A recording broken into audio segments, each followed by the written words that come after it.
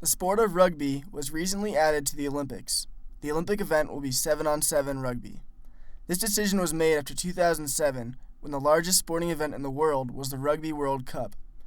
CU rugby player Reggie Bryant grew up in Zimbabwe and can talk about the excitement around rugby in his country. It's the most popular sport there, past soccer probably. Growing up in high school there, every game we would play would have thousands plus come watch just a high school game. It's a neighboring country to South Africa, so as you can imagine, it was definitely one of the more popular sports there. Although rugby is more popular abroad, the reigning champion of rugby in the Olympics is America. It was a traveling team made up primarily of university students at the time, went over, and there was not the full complement of number of countries competing that there is now, but there were several.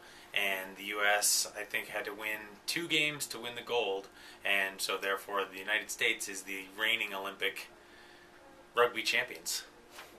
In the U.S., rugby is played recreationally, professionally, and in colleges, with more than 63,000 registered players. With many national and local rugby institutions, Colorado has become a hotspot in America for rugby. USA Rugby, the governing body for the sport, is based here in Boulder. In addition, the city of Glendale adopted the sport of rugby as their sport and have officially dubbed themselves Rugby Town USA and built a rugby dedicated stadium, the only one of its kind in the United States. So you put all those factors together and it really has become a place where there's a lot of rugby activity going on at all levels and at all different levels of competition. The 2011 Rugby World Cup brackets have been set, and once again, the U.S. beat out over 75 other nations to earn a spot. USA Rugby has been called one of the sleeping giants of the world, and I say that in the rugby aspect because there's so many great athletes in this country, yet none of them go towards their rugby program.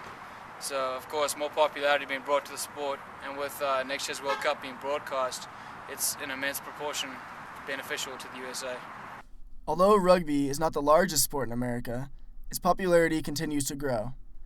The future of American rugby is bright as the country continues to make strides in international competition and local development.